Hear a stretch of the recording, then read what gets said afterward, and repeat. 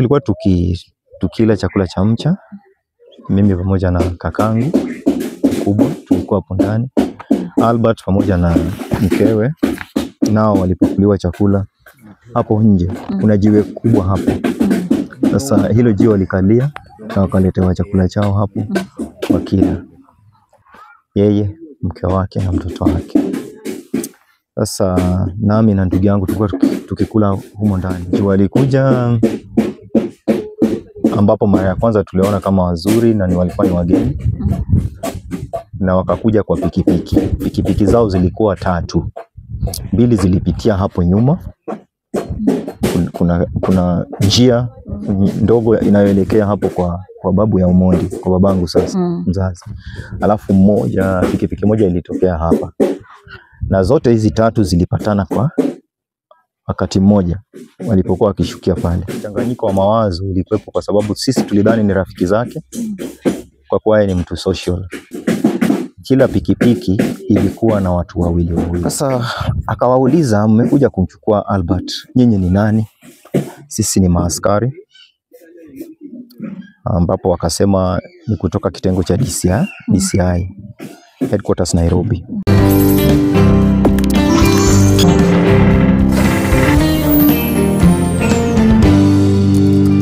Hujambo mtazamaji wetu popote ulipo, ni tumaini langu kwamba ubuheri wa afya, na bila shaka leo tuko maskani mwa mwenda zake Albert Ojwang. Nyumba ambayo mnaona nyuma yetu ni nyumba yake ambayo alikuwa anaishi ndani pamoja na mke wake, na kando yangu ni anko yake, ndugu ya baba yake. Naenda kuzungumza naye mawili matatu tujue mambo iko. Mimi ni kakake baba Albert ambaye ametuaga, na kakake baba Albert na ndiye huyo Albert ambaye ametuaga, na hapa ndio nyumbani kwao. Albert ni mtotoe Meshack Ojwang Opiyo na mama Yuka Beth Adhiambo Opiyo. Yuka Beth Adhiambo Ojwang. Ni mtoto mmoja. Hapo nyuma, hiyo ndio nyumba yake, na hii ndio kwao, mahali ambapo tupo. Ni mtoto ambaye alizaliwa hapa.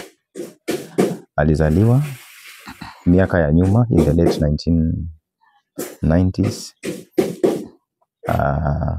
Akakuwa na akaanzia shule yake, masomo yake hapa nyumbani. Alikuwa anasomea masomo ya chekechea kwa shule iliyoko hapa juu, Nyawango Primary School. Kisha katika hali fulani babake alikuwa ni driver hapo awali, na alikuwa akifanya kazi na Mawego, shule ya msingi ya Mawego hapo juu. Sasa alipoenda huko akasomea, alikuwa anasomea huko Mawego St. Mary's akiwa mdogo hadi madarasa ya chini. Baada ya hapo babake akaondoka, akaacha kazi hapo, akaondoka kwenda naye Mombasa, katika hiyo hali ya kutafuta ili amkuze mtoto wake pamoja na mama yake. Sasa wakahamia Mombasa na akakuzwa huko. Alipoenda Mombasa alisomea shule ya Ganda Primary, akatoka Ganda akaenda Matsangoni. Matsangoni alisomea shule yake, akahitimu hapo na akahitimu na kupata cheti cha shule ya msingi KCPE. Alipotoka hapo akaitwa katika shule ya Barani Secondary School hapo Malindi. Alisomea Malindi in Kilifi County, Form 1, Form 2 hadi Form 4. Akafanyia KCSE yake hapo. Baada ya mtihani wa kitaifa wa kidato cha 4 aliondoka pale na kuenda Pwani University. Hapo alisomea pale katika chuo kikuu, na alikuwa amesomea walimu wa sekondari. Alifanya history theory kama career combination, akamaliza na akagraduate in 2022. So baada ya graduation akaanza kibarua kama mtu wa kawaida. Ninachokielewa kama mjomba wake ni kwamba kibarua cha kwanza aliniambia, juu ni mengi ndiye alikuwa amejua, alikuwa amefanyia Sagana. Na hali hiyo ni kwamba Sagana nafikiri iko Tana River, kama si Tana River nafikiri ni Tana River. Sagana Girls alifanyia huko kwa sababu katika maisha yake yote vile nilivyoanza, Albert alikuwa akiishi Pwani. Alienda pale akiwa mdogo na wakaishi sana. Alizoeana na hao watu wa huko sana. Juu hao ndio kulikuwa na marika wa zake, rafiki zake wengi. So na baba yake naye kwa wakati huo alikuwa ameishi huko nje, jinsi mlivyosikia akieleza kwenye hayo manuringa mengine. Sasa baada ya kumaliza kufanya hapo, alikuwa anafanya kama BOM teacher mpaka akatoka hapo akaenda Voi. Baada ya kumalizana na hiyo, akapata tena mahali pengine Voi, nafikiri Mwatate, huku Taita Taveta nafikiri. Alifanya huko hadi nilipojua ni kwamba nilikuwa mimi ninafahamu ya kwamba alikuwa akifanya kibarua huko. Ni mwalimu, ameshakuwa register, akona registered na akona TSC namba yake. Sasa Albert ni mumewe mama wa mtoto mmoja ambaye amekuwa nasi kama familia, japo hawako mama, baba na huyo mkewe wote na mtoto wake hawako hapa, wako Nairobi, hawako karibu na sisi. So ni baba wa mtoto mmoja. So nikijaribu kuwapitisha kidogo kuhusiana na janga ama jambo hili ambalo lilimkuta, ambalo sasa limesababisha kifo chake. Ilikuwa ni siku ya Jumamosi mchana mwendo wa saa 7:08 hivi, 7:08. Albert tulikuwa tukila chakula cha mcha, mimi pamoja na kakangu kubwa tulikuwa hapo ndani. Albert pamoja na mkewe nao walipokuliwa chakula hapo nje. Kuna jiwe kubwa hapo.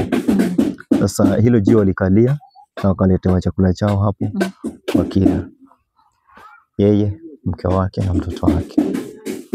Sasa nami na ndugu yangu tulikuwa tukikula humo ndani. Sasa katika hizo harakati tukashtukia wageni ambao tulisema ni kama basi walituvamia.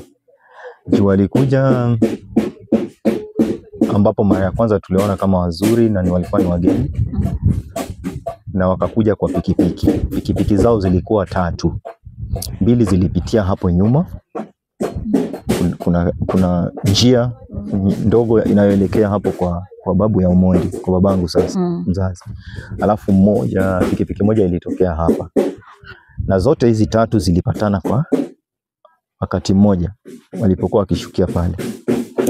Nasi tukaondoka kushuhudia, juu tuliwa laki kama wageni wetu, hatukuwa na shauku yoyote wala hofu yoyote ya kwamba kungetokea jambo kama hili. So tuliwakaribisha, ambapo mwenye boma aliwaambia karibuni wageni wangu, na ninaomba muingie ndani ili tuombe ndipo tujitambulishe.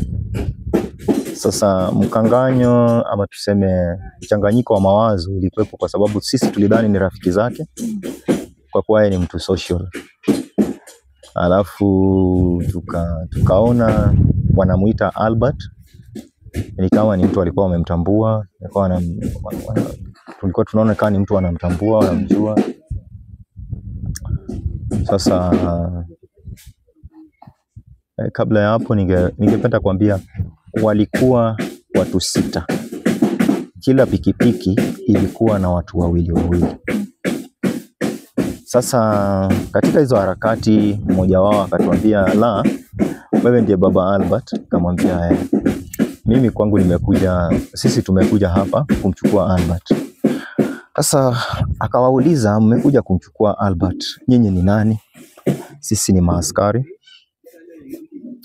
ambapo wakasema ni kutoka kitengo cha DCI headquarters Nairobi. Wakatuambia tumetumwa hapa na kitengo hicho ili tukuje tumchukue huyu kijana. Tukamuuliza amefanya nini. Sasa ndugu yangu ndiye alikuwa akimhoji mmoja wao. Akawaambia huyu kijana anatuhumiwa ya kwamba kuna post iliyotumwa kwa akaunti yao ya social media au mtandaoni, na hayo madai ndio walikuwa wamemkujia ili wapate kuchunguza, waende achunguzwe, atoe habari kuhusu, na ndio maana alikuwa amekuja kuchukuliwa. Nasi kama wazalendo na tena watu wa kuheshimu sheria, vile tulivyowaona wamekuja wakajitambulisha ni maaskari, hata wakatuambia kuna askari ambao wametoka huko juu wamepewa kati miongoni mwao. Nasi pia tukaridhika ya kwamba hawa ni watu wa serikali, watu wangwana, wametumwa. Sasa tutaitikia tu ujumbe huo au mtu huo. So we allowed them. They took the boy, wakamweka kwa pikipiki, na wawili wakamweka. Kuna yule alikuwa ana ride na huyu mwingine alikuwa ako nyuma, the boy aliwekwa katikati. Vile alivyokuwa tu walimweka pingu. So ni viatu tu alikuwa kuna hizi nazita kandawala mani hizi Crocs zenye zimekuja siku hizi ziko light. Alikuwa ametoa miguu, amerelax kidogo. Akazivaa akaondoka. Wakaenda naye. Sisi pia kama wanafamilia, jambo hilo lilitukujia kwa mshtuko na kwa mshangao. Sasa tulionelea ni vyema tufuatilie tujue, kwa sababu alituambia ya kwamba kuna mengine tunataka kufanya nini, kujua kuhusiana na kushikwa kwake. Tutawafuata hadi kituo cha polisi kilichoko hapo karibu, Mawego Police Station. Tutawakuta hapo na tuharakishe, kwa sababu kijana anapelekwa hadi Nairobi. Tulitikia haya, tukawasumbua, tukaacha wakaondoka, nao wakaanza kwenda, tukawafuata nyuma. Tulipowafuata tukawakuta Mawego, hatukuwakosa. Kufika Mawego pale tuliingia kwenye ofisi ya OCS. Tuliwakuta pale, tukakuta OCS mwenyewe. She was there with them. Madam OCS was there. These officers who are here, we met 2 of them, another 3, plus the officers at the station, of whom were outside the office. So here the office was full of those who came from Nairobi, plus the OCS. Sisi tulisimama tu, tukawapatia nafasi yao waendelee na shughuli zao.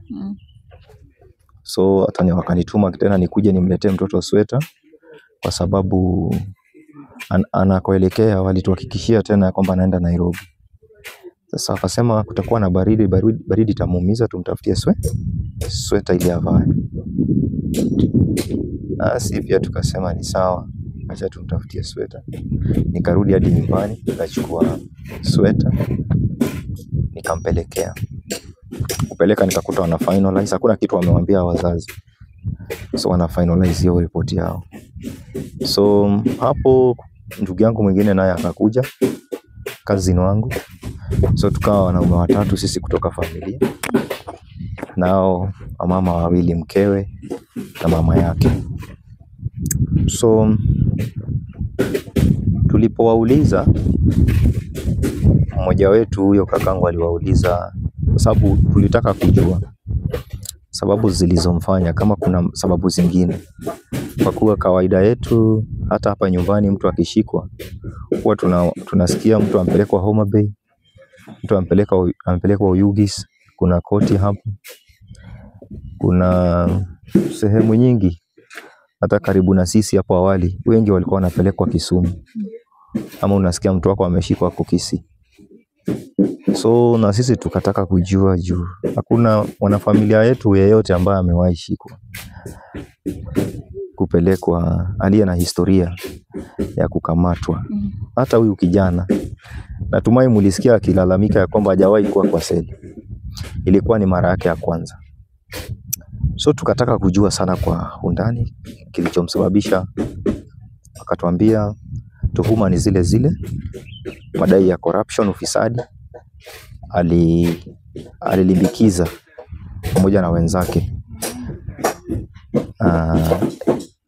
madai ya ufisadi kwa mmoja wawili wa wakuu wao. Alisema 2 senior officers, akataja DIG, hiyo alitaja. Alafu akasema mwingine ni commandant, traffic commandant. Hatujui ni wa region gani na hatujui ni nani. So walitaja watu wangapi? Wawili, DIG na traffic commandant. So ifotuambia hivyo tukasema ni sawa. Hiyo hawakusema hapo ndani, lakini hapo ndani wao walisema ni senior. So hii maneno ya hawa senior ni wao bado maafisa walituambia hapo, wakatueleza. So walipotuambia hawa maafisa wawili wakatuambia msiwe na wasiwasi, mtoto wako kwenye mkono mzuri. Haya madai ndio tunampeleka juu aende adhibitishe, na akisha dhibitisha tutafanya nini tutajua. Hadi mmoja wao akaniita, akaniambia chenye mfanye mjiandae tu, hata kuna uwezekano atakuwa kotini nini on Monday, juu leo ni weekend. Sasa hatudhani kama anaweza pelekwa, hata kama ingekuwa ni kupelekwa hawezi kupelekwa kesho, juu leo ni Saturday, kesho itakuwa ni Jumapili. Kwa hivyo ni lazima ataka kwenye seli kesho, ndio Monday apelekwe kwenye koti ili madai haya yaende yakasikizwe. Hata akatuambia mjiandae tu na wakili wenu, mwende mkasikize huko, mkasikize madai haya. Sasa pia kama shughuli ya kawaida, kijana akatuaga, akatuambia ni sawa. Alikuwa mzima wa afya, hakuwa mgonjwa, hakuwa na alama yoyote. Alichokuwa nacho ni kidevu, ndicho kilikuwa kiko kwa mwili wake. Hakuwa kuonekana kudhoofika kwa njia yoyote, alikuwa sawa. Sasa kulikuwa na gari ambalo lilikuwa limesimama hapo nje. Gari hilo alikuwa GK. Lilikuwa ni gari ambalo ni dark blue. Ilikuwa inakuja, kala yake ni kama hizi. Vile tulikuwa na hizo shughuli za haraka. Sasa hilo gari lilikuwa ni gari dogo ambalo ni muundo wa Subaru, lakini hatungeweza kudhibitisha kwa sababu ya harakati za vile vitu ambavyo vilikuwa pale. Sasa halali wa kutaka kuchukua mtoto wetu ulidhibitika wakati tuliona tuko kwenye ofisi ya OCS. Kasema hii ni serikali na wamefanya vizuri, wamekuja. Hawa maafisa wawili walitupatia nambari zao za simu. Akajitambulisha, mmoja alijitambulisha kutoka hapa anaitwa Sigei, na mwingine naye akajitambulisha baada ya kutupatia, na wote tuliwaona kama wamekuwa identified, hao wawili ambao walijitambulisha, na wakatuambia msiwe na wasiwasi. Wakatuhakikishia usalama wa watoto, walituhakikishia kabisa. So walipotuhakikishia usalama wa watoto, hatukuona hatia ama wala kusema ya kwamba watoto wanaweza umia. Sisi tukatoka, tukakuwa na contact zao wawili. Tulijaribu, walipokuwa wanatupatia contacts tunawauliza tuna save majina gani, mimi huyo mwingine akaniambia save jina hili, nikasave hilo jina kwenye simu. Kweli tulipojaribu tukapata hizo namba zinaingia. Sasa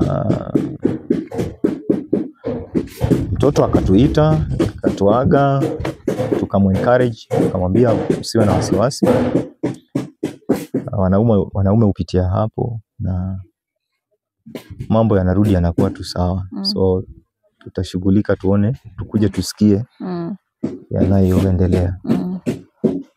So with us, we just came back. And okay, they left before we equally left the station. We left at the station, so they went. Mtoto aliingizwa ndani, maaskari wakaketi na wao. They were around 5-6 pamoja na driver. So kwa lile gari ambalo lilibeba hilo gari dogo. So lililetwa hapo kwa mlango. Mwanzo lilikuwa limeegezwa hapo kando, likakuja likaletwa hapo wakati walishamaliza hiyo nini. Sasa wakati walikuwa wanaenda na yeye, kuna matukio mawili ambayo niliyasikia. Tukio la kwanza lilikuwa ni kwamba Albert alisign ka report. Alikuwa ni kama ka document. Kuna kitu walikuwa wanaandika, though walituambia ni kitu ambacho kimebeba details za simu za Albert. Ambapo wakatuambia hii kitu ikipotea mtakuwa na shida ya kupata simu ya nani? Na Albert. So hizi details tumeziweka ili zitusaidie kufanya nini? Ziwasaidie kutrace hiyo simu. So what they did was that wakawaita hao wawili. Albert akasign, mke wake akaitwa akasign, one of the officers naye akasign the same document. Wakamchukua akaingiza ndani ya gari, ndo nikasema sasa wakaondoka. So waliondoka mbele yetu, si pia tukaketi hapo kuorganize vile mtoto anaweza enda. Another thing during this time, nilisikia Madam Moses akiuliza na Obi iko wapi? Nikasikia Obi utapewa. So sijui kama mmoja wao ndiye alikuwa na hiyo Obi hapo kwa station. Sijui kama ni Obi ilikuwa inaenda kutumwa kutoka Nairobi. So akaambiwa madam acha tu Obi tutakupatia. I also collected that one. It means that hiyo Obi hadi mahali alikuwa anauliza au kijana akienda haikuwa imepatiana. So walienda. Sisi walipoenda tukafikiria vile baba mmoja wetu angeondoka aende afuatilie. Akaondoka akaenda. Kufikia barabarani babake akakonfirm, akapigia anko wake mwingine ya kwamba ameongea naye. Wakawasiliana akasema ako barabarani. Babake akamwambia kwa barabarani. Anamfuata naenda. Akakubali. Akamwambia nitakuja kesho, nitakuwa nimefika. Sasa pale tuliambiwa anaenda Mazingira House, headquarters, ni DCI headquarters Nairobi. Kufikia katikati akamwambia babake afiki huko. Ameshabukiwa Central Police Station. Na hii Central Police Station alikuwa amebukiwa, ilikuwa ni mwendo wa saa 2. Wakati alikuwa akiongea na babake. Mida ya saa 2 hivi. So tulisikia walienda wakafika mpaka huko. So kabla afike, because by that time alikuwa amesema ako Nairobi already. So baadaye ikasemekana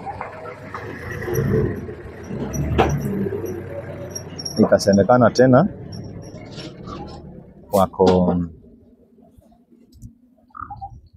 akampigia mke wake. Alipompigia mke wake wakawasiliana. Akamwambia mke wake ako kwa cell tayari Central Police Station, lakini ako so scared. Ako so scared. Sasa mke wake akamhakikishia dada anakuja, sio na wasiwasi, advocate naye anakuja. Ilikuwa ni mwendo wa saa 3.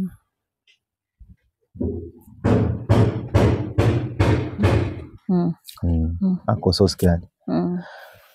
So ikawa ni hivyo. Akafika.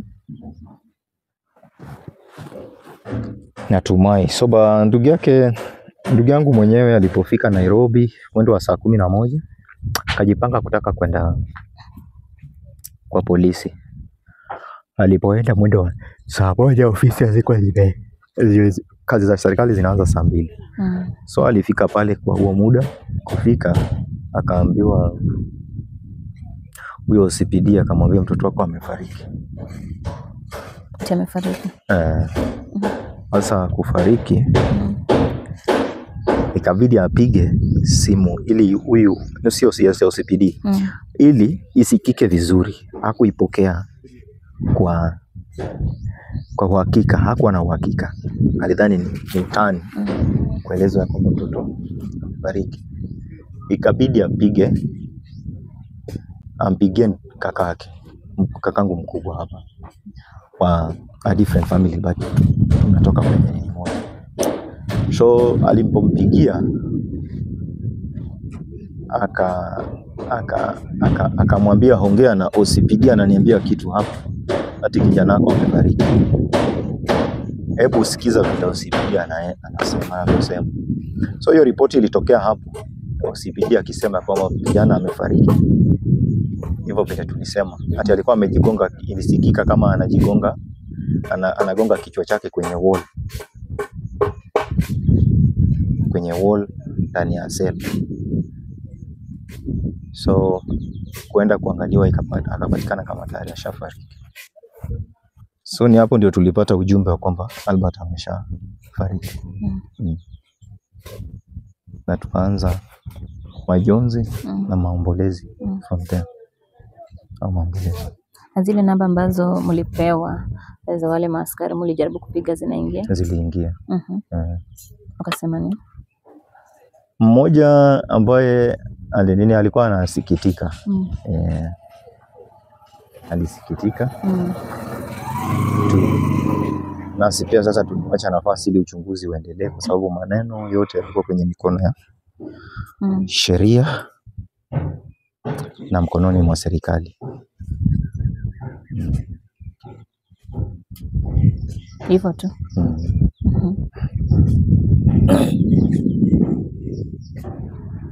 Pole sana ndugu yangu kwa yale ambayo umepitia.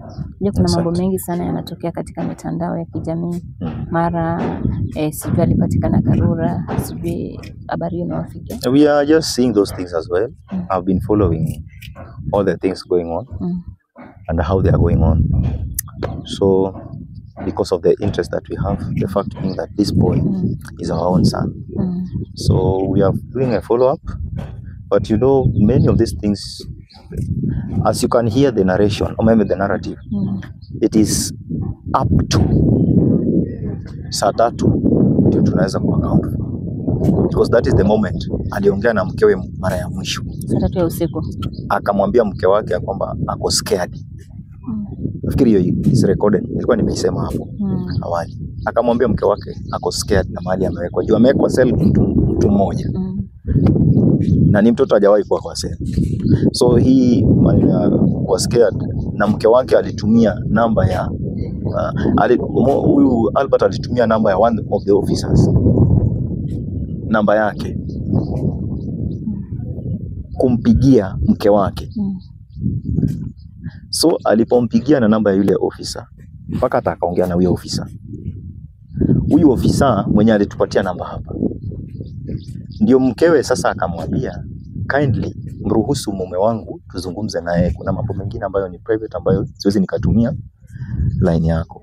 Simu naweza. Officer akamwambia hamna shida. Akapewa ni kama sijui ni line na ingize kwa simu ama ni simu yake. Sasa akapewa, ndio akampigia mke wake kwa line yake. Sasa akampigia wakazungumza. So it means that sitaki kutumia assumption, that is what happened. So kwa mida ya saa 3 na hizo dakika ambazo tunazisema, ilikuwa ni saa 3 na dakika fulani alizungumza nao. Angekuwa hapa angewaambia the exact time kwa sababu they are still in the phone. Kwa hivyo wale maafisa ambao walichukua Albert ni wa maeneo haya? Walituambia walitumwa kutoka Nairobi. But there were some 3 who were assigned together with them to come and identify Albert and where he comes from the OCS station here at Mawego. Na mliweza kuona ile post ambayo Albert alikuwa amepost kwenye mtandao wa Twitter? We were not given time to see it. We demanded for it to see, but it was confidential. And later we are told that it was deleted. So it could be that is the reason they were writing the details of the phone. It could be. And interfered with the whole account. Because hata sisi hatukupewa. Unajua sasa kama wangekuwa transparent, ambao wangekuwa watu wazuri, na hizo zilikuwa zimetusumbua. Angetufanyia nini? Wangetuonyesha, watuambie this is why your son is being taken to Nairobi. So kuna vitu vingi ambavyo havijakuwa unveiled. Yeah. We are still in the darkness. Given the fact that tungependa kujua na hatukujua. So sisi mambo yetu na ushuhuda unafikia mahali ambapo Albert alifanya nini? Alizungumza na familia yetu usiku mwendo wa saa 3 na hizo madakika, na aliyeongea naye wa mwisho kwa familia yetu ni mkewe. Alipokuwa na wao alizungumza na baba yake, baadaye akazungumza na mkewe. Na umetueleza kwamba Albert ni mwalimu katika maeneo ya Voi. Labda hiyo siku kama utaita, labda hiyo siku alikuwa amesafiri kuja huku ama kulikuwaje? No. What happened? Albert alikuwa mara nyingi ni mtu wa nje. Alikuwa akikuja mara moja. Na huyu mke alikuwa akiishi nje. So walikuwa wanakuja wakirudi. So akasema ya kwamba sasa anataka kumleta mke wake nyumbani because of hizo traditions. Akuja aone nyumbani, akae na familia, wa introduce na family members. Baada ya hiyo aanze sasa kupanga mipango yake. Babake aliinsist anataka ashughulike na mambo yake hizo za customer mambo na hivyo. So alisema alipromise atamleta. So Albert aliarrive hapa on 28th of April. Na jinsi mnavyoangalia hili boma limekuwa kwa muda mrefu. Juu babake alikuwa nje pia. Na kuna maandalizi ambayo kwa boma yake kama kijana angependa kuona ikiwa hiyo. Maandalizi hayo yalimsababisha naye ajaribu kufanya maandalizi ya kufanya nini? Kufieka, kutengeneza nyumba juu akona mgeni, vitu kama hivyo. Hiyo simiti unayoiona hapo, hiyo saruji unayoiona kwenye sakafu. Siku hiyo alipokamatwa, hao mafundi aliwaita wakuja wamtengeneze hiyo floor. Pamoja na mkewe. Yeah. Mke ni mgeni hapa, yani kukanyaga bomu. Japo ameishi naye kwa muda mfupi. Alikuwa anaishi wote kule kazini? Mara nyingi alikuwa akiishi huko. Alikuwa anaishi si huko. Alikuwa anaishi naye huko. Juu unajua ile kazi ilikuwa ni kibarua. Yes. Sababu ya kwamba ama kusema kwamba alikuwa na TC number, hakuwa ameajiriwa na serikali, wanafanya chini BOM kwa high school. So unapata akifunga ako huko. So ile freedom angekuwa nayo ingekuwa nyingi kuliko mtu mwenye kwenye system. Okay. Yeah. So unajua sasa tena kuajiriwa na BOM, you can decide to terminate that job at any time. In case you are feeling you are not satisfied, or maybe there's something you want to do. Na pia kumekuwa na habari kwenye mitandao, wengine wanasema Albert alikuwa na mtoto wa 1 month old. Wengine tunaona pale mtoto ni kijana. Labda you can just clarify that. Watu ambao waelewe. Young people, I may not get so much deep into that. If I do that, I'll be a liar. I cannot say that hakuna. Na I cannot also say that iko. Why? Sawa, kijana yule kama yule na majenzi, utajuaje kama alisikizana na mwingine? Walikuwa wameshapanga tena anaweza kupata na wake wawili. I don't know. That one I cannot explain. But yule ambaye ninamjua ambaye alishamleta nyumbani is this one. Kwa hivyo alikuwa mgeni kwenye boma. Huyu tulimjua. She has been here some years back, but there was a time she was brought here and they went. Hakulala. Akakuja akamuintroduce kwa familia. Watu wakamjua some years back. So akasema huyo ndiye mke wake. Msichana anapanga kumuoa. She came with her again. Mara ya pili. Lakini ilikuwa ni kukuja, labda kulala mara moja. Yani wanakaa one day wanaondoka. So she's the lady we know here as his wife. But I cannot deny the fact that anaweza kuwa na mwingine. As a normal human being. Na pia tuliona pale kwa mitandao wanasema alikuwa blogger. Sijui ni kazi. This is something we cannot tell. We cannot tell.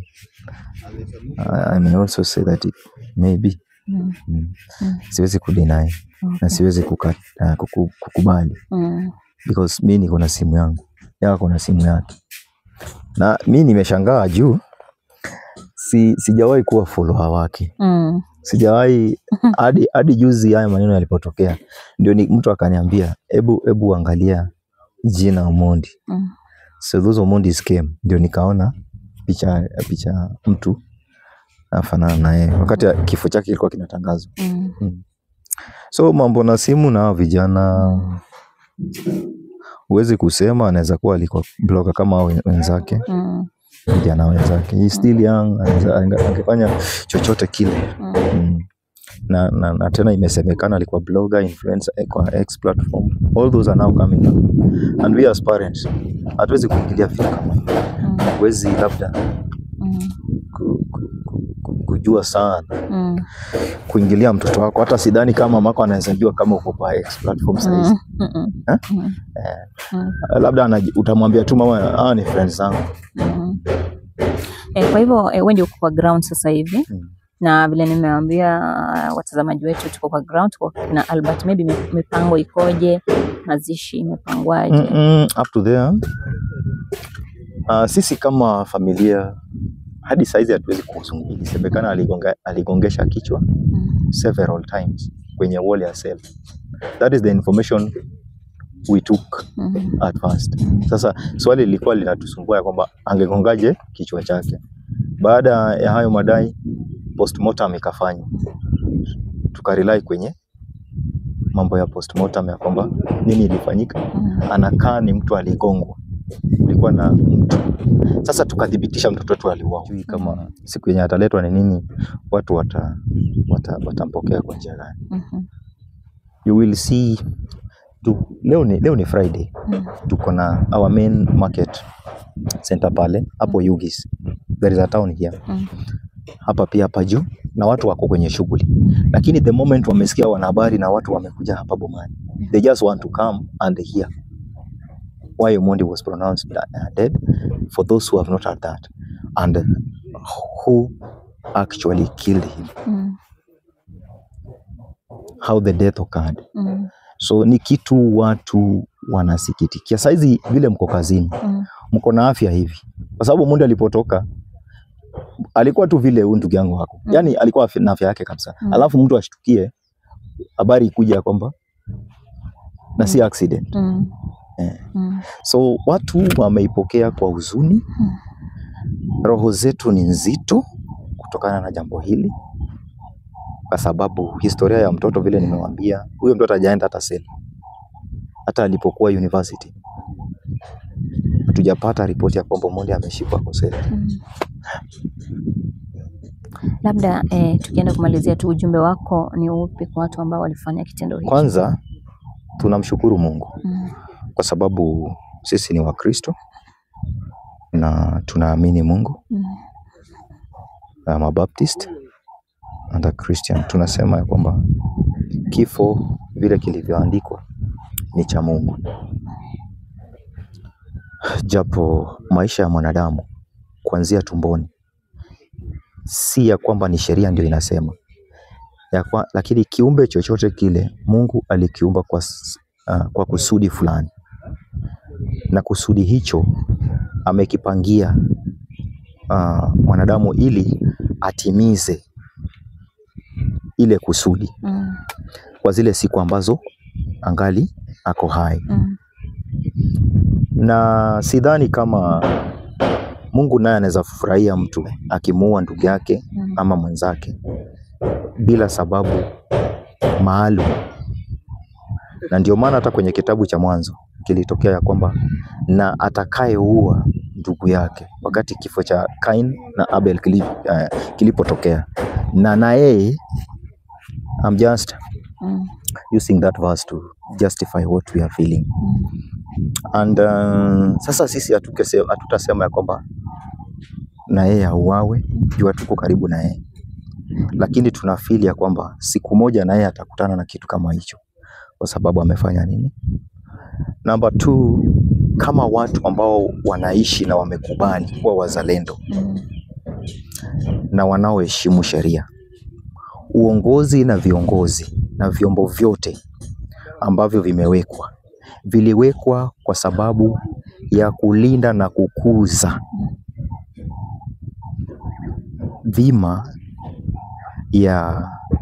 ya maisha, kumaanisha kilichoanzwa na Mungu kiendelee na kiendelezwe vilivyo.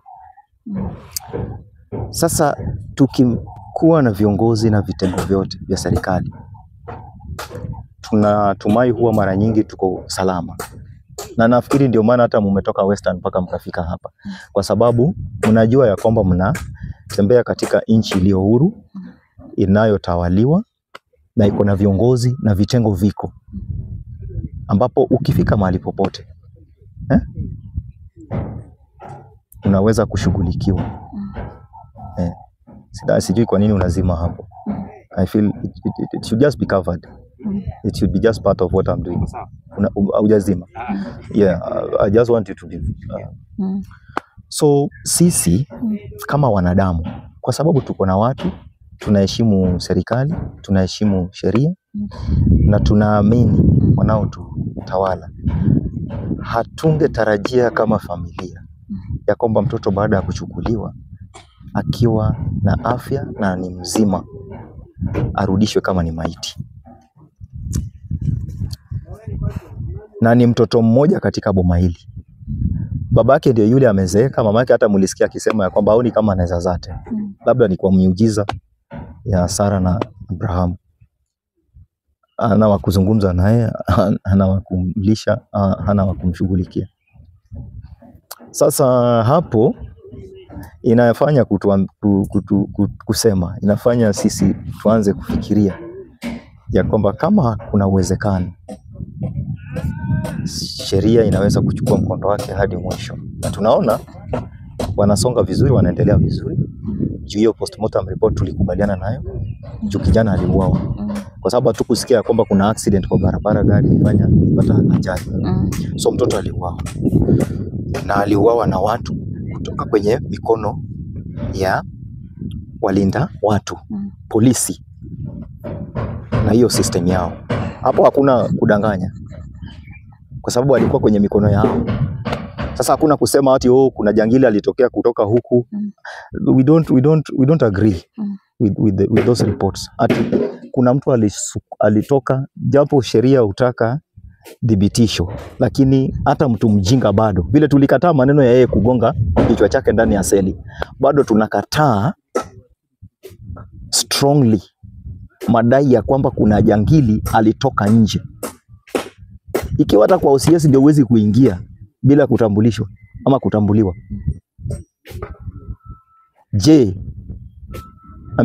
kwenye hizi police post, je, kwenye police station yenye iko na mpaka seli, are you sure mtu anaweza kutoka nje ambaye hajulikani? Vile tunasikia watu wakisema, jana tulikuwa tunafuatilia kwa Senate kwa hiyo debate, mtu mwenye hajulikani ati amekuja akaingia, ati mwingine anasema ya kwamba kuna goons waliingia ndani ya no.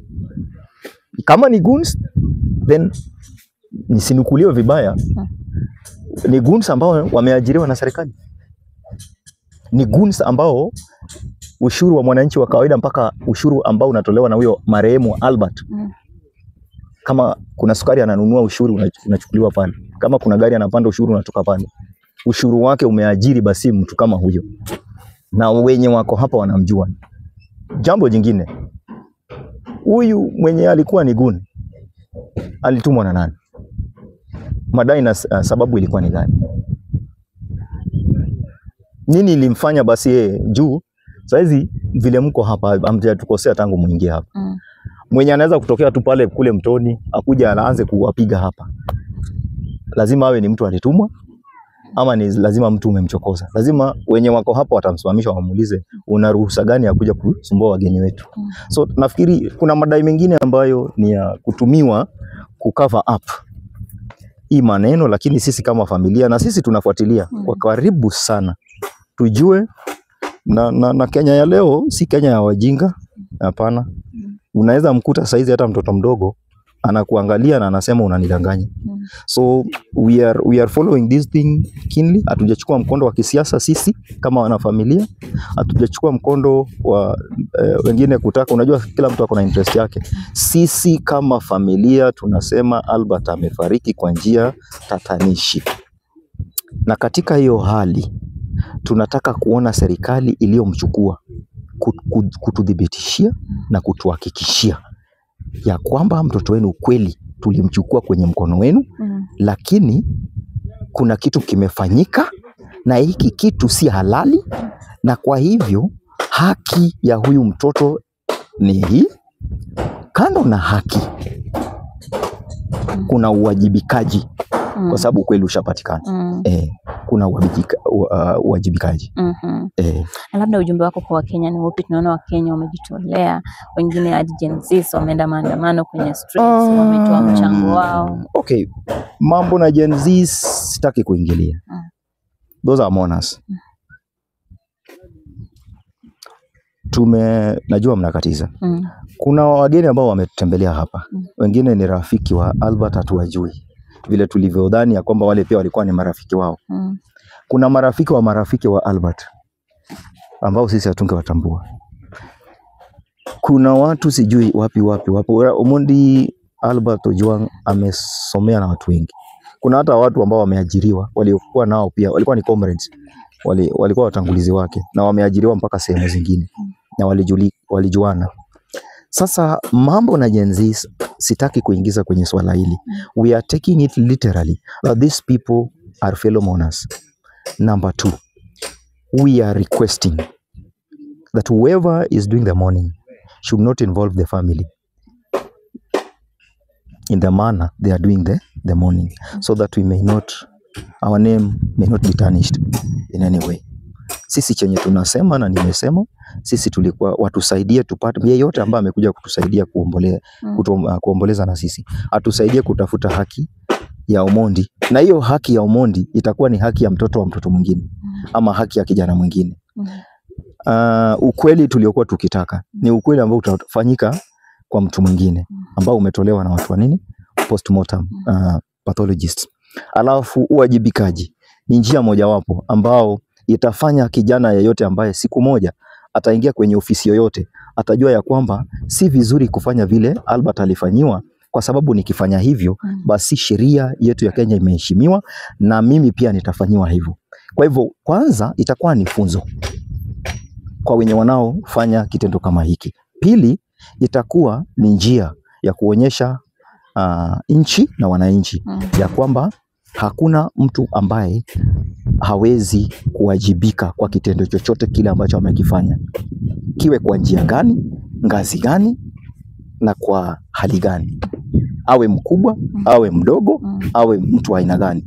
Sheria ni moja, na hiyo sheria inafaa itumike vilivyo kwa kila mwanadamu ambaye ni mwananchi wa Kenya. La sivyo hatuna mengi ya kusema. Mtusaidie tu kuomboleza, lakini madai ya kwamba majenzi sana kuna kitendo ambacho kinanisikitisha. Sasa unajua sisi tuko hapa nyumbani na unasikia ati mtu anaomboleza Nairobi, anaenda mpaka unasikia unaona, niliona tu kwenye hizo maneno tunaita nini, kwenye social media mtu amechoma gari. Hatuko huko. Personally I'm not part of that. na ninatumai hata familia yangu haiko huko. Okay. Yeah, we are not part of that. So unajua in our tradition as Luos, unapata kwamba wakati wa morning wengine wanamon na ng'ombe, wengine wanamon na matawi, wengine wanamon wakipiga mabati. So hauwezi kukataza mtu kumon kwa njia yake. Lakini wasituhusishe kwa sababu ni uchungu ambao mtu mwingine ndiye ako nao kwa mtu ambaye anamwomboleza. So hapo siwezi nikasema ni nini ilikuwepo. Na sisi vile tumewaongelesha ndivyo tunawaongelesha wanahabari yeyote, mwanahabari yeyote anayekuja hapa. Hatuko sisi, nyinyi nyote ni wageni wetu. Mkikuja tunawachukua kama wageni, mmekuja kutusaidia kuongeleza na kutusaidia kutafutia Omondi haki yake, ukweli na uwajibikaji. La sivyo ni mashukuru. Okay. All right. Thank you so much for your time. Na tena tunasema pole tena kwa mara nyingine kwa kumpoteza kijana ambaye ni wa kipekee. Na bila shaka mtazamaji, tumekuwa tunazungumza na nduguye babake Albert Ojwang, na nilipowaeleza hapo awali, nyuma yetu ni nyumba yake Albert. Tuko katika boma la kina Albert Ojwang. Tumekuwa tunazungumza na ngo yake.